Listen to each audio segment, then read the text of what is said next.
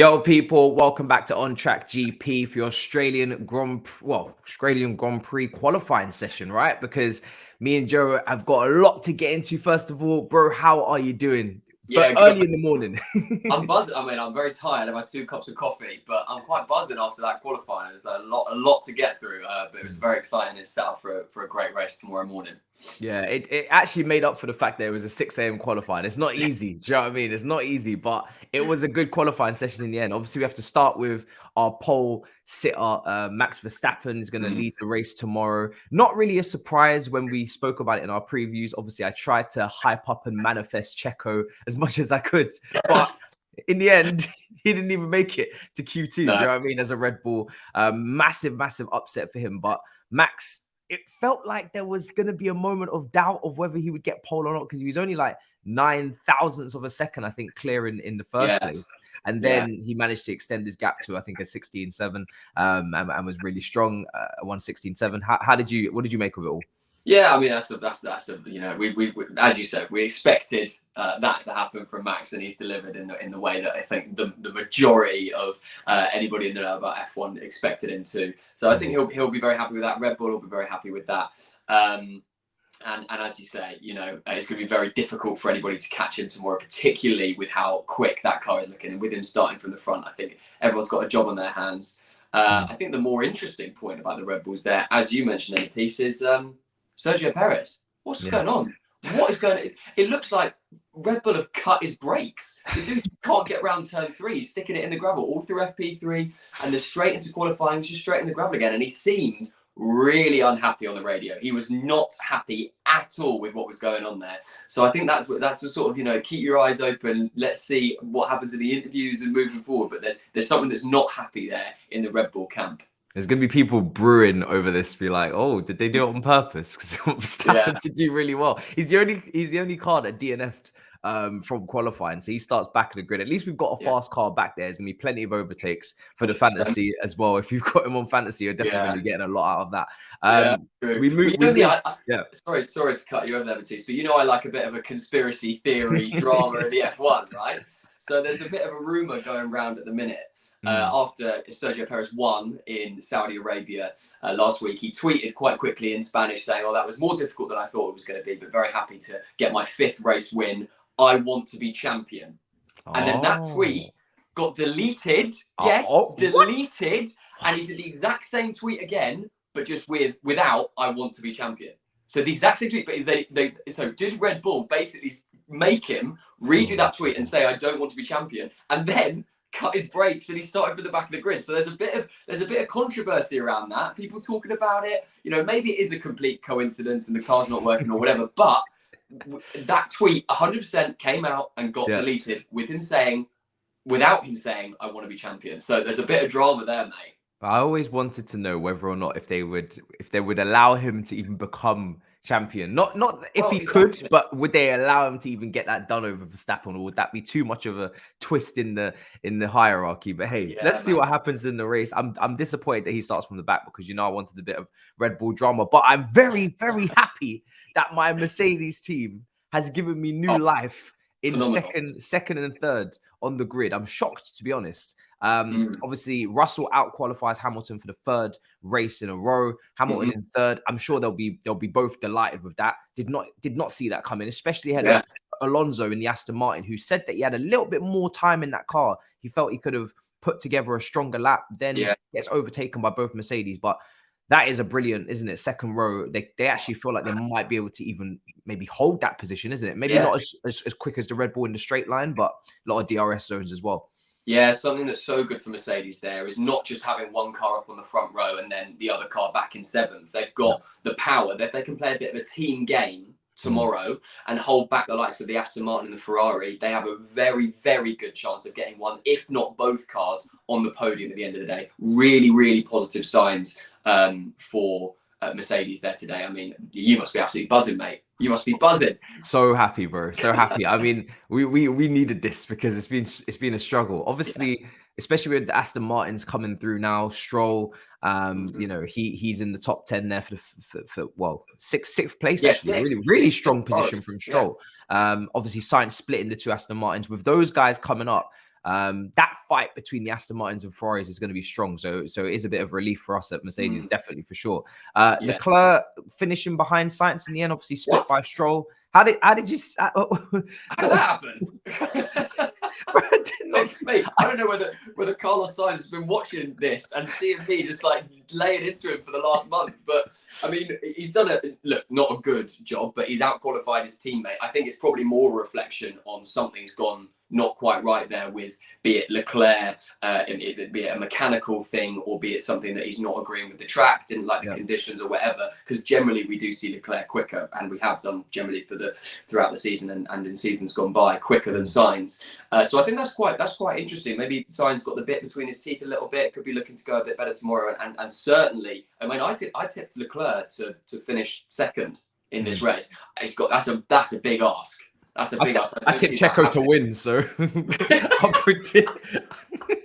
Remember when I said Checo will come win this race? Do you know what I mean? Put some pressure in the Red Bull camp, and he's now starting from the back of the grid. Well, he's won from the back. He has gone for the back, Sergio Perez. Yeah, I tried to manifest it, and I said, "Oh, maybe Verstappen might have a problem in qualifying," and it ended up going back the opposite way around.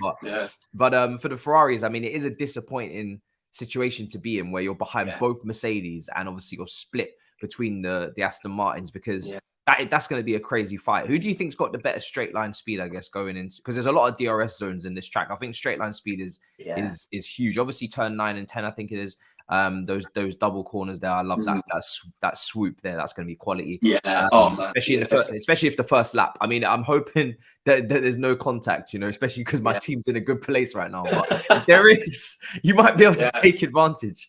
Yeah. You can just already see George Russell clipping the back left tire of Verstappen, sending him off. I think the Ferraris maybe have a little bit more straight line pace, but the Aston Martin under heavy braking is unbelievable. So we're going to see. I think we could see them toing and throwing. The Ferraris having a little bit more in those DRS zones, but then having to brake a little bit earlier.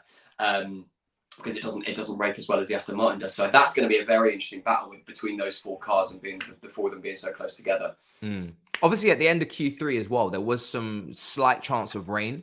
And what we found quite interesting in the qualifying is that in Q1 and 2, they kept the cars out for the entire time of the qualifying session. Usually they pit them in fresher tires, then you send them back out. But it's almost like they wanted to get temperature into the tires. And they just left them out the whole time. Q3, obviously, they did pit a little bit there, and Gasly got that horribly wrong, which we'll talk about in a minute. I mean, his timing, I don't know what happened there, but he was they said that he done his last lap and he was nowhere near the pace as well. And he had no time to get another one in. It was just poor timings. But what did you make of obviously the earlier qualifying sessions as well? Just the fact that everybody was able to just stay out there, and it actually seemed to get the best out of the tires.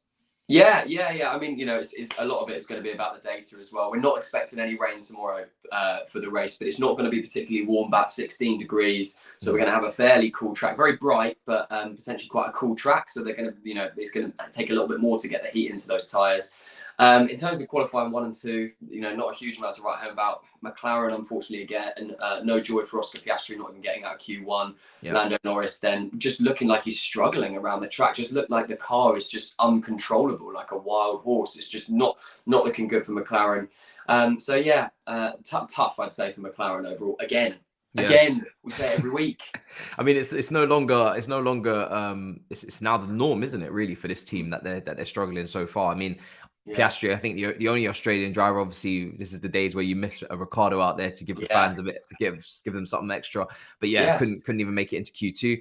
The last lot in the top 10 is actually probably even more interesting than anything else in the top 10 for me personally, even with Mercedes, because I felt like Albon and Hulkenberg in particular, they kind of led us astray in this whole qualifying session.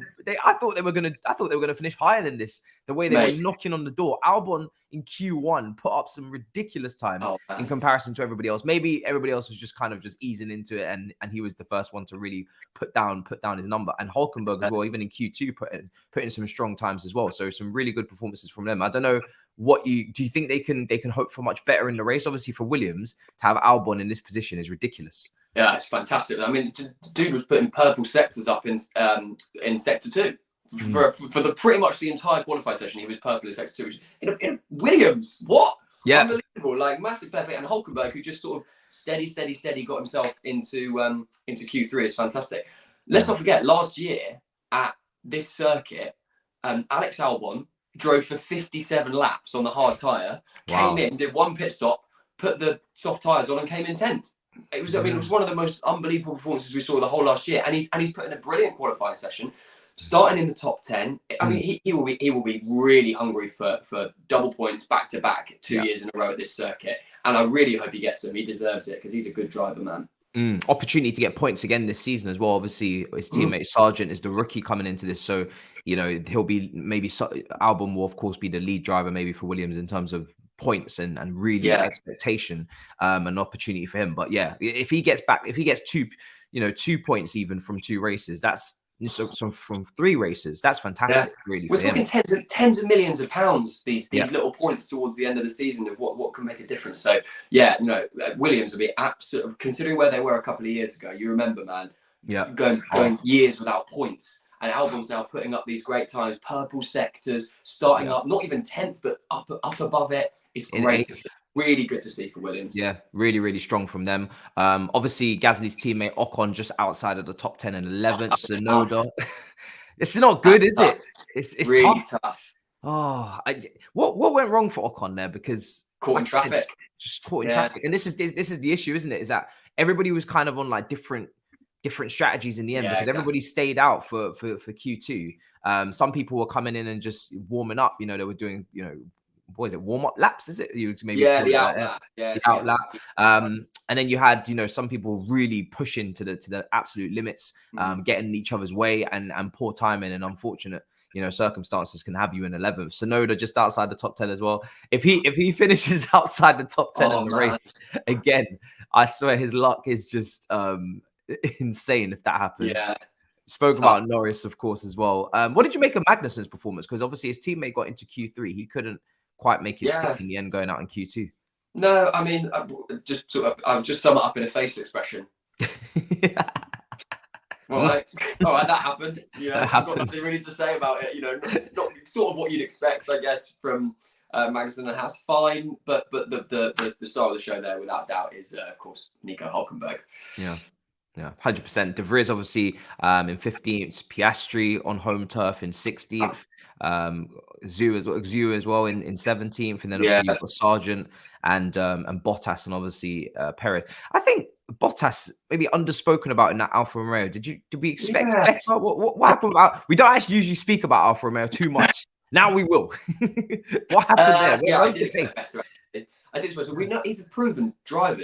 Dude scored so many points over the years and been an unbelievable fighting car. Won a lot of championships. Won a lot of races, not championships. And I think just kind of disappointing actually, and to be out qualified by his teammate as well is not great. So I don't really expect Alfa Romeo to score either of them to score points tomorrow. Tough.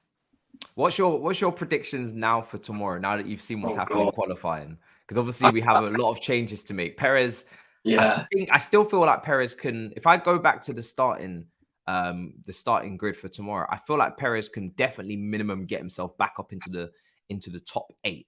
That's a call. I don't know. You don't think so? Well, we don't know. We don't know if the car's all right. The car was so bad today, or Perez was so bad today. They're going to be coy about it either way. Surely they'll fix it. Yeah. Well, you think so, but they had the front wing off before, like 4 minutes before he was about to start Q1, and then he stuck it straight in the gravel. So there's something not right there, be it, again, a mentality thing, or if it's mechanical with the car. So, I mean, it'd be interesting to see whether they fix it, or whether, they're having serious trouble. In terms of prediction, I think Verstappen will go and win it. Yeah. He just looks so quick. Their drag reduction system, the DRS on the Red Bull, is so much better than everybody else's car. It gives them 5 miles an hour more than the next best DRS system. So it's insane. So if the Red Bull and the Aston Martin both have their DRS open, the Red Bull's going 5 miles an hour quicker. Yeah. What? That's a bit ridiculous. That car they've made, I mean, you just have to stand back and applaud it. The car that they've made is unbelievable. So Max from pole to win it tomorrow. I'd absolutely love to see Hamilton on that podium. God, I'd love to see Hamilton on that podium. I'm going to say Hamilton's going to go do an absolute stellar job tomorrow, get the car up to second, And you're going to put a Ferrari. I'm going to say it, man. I'm going to back my boy Carlos Sainz in third. Let's go! I knew you would. The only difference I'm going to make to that is I'm going to put Alonso in third. With Russell dropping to fourth, I think. And I'm going to have Sainz and Leclerc finishing ahead of Stroll. What order Sainz and Leclerc, I'm not sure, but I think they'll get because they've sandwiched him. I have a feeling that strategy wise they might have something cooking for Stroll, and kind of maybe sandwich him out. But Alonso can be quicker, and I do think that Sainz, if he doesn't get off to a good start, he might not see Alonso again. I worry about that. I think Alonso's got a lot of pace left over in that car that we haven't even seen yet. I think he's holding something.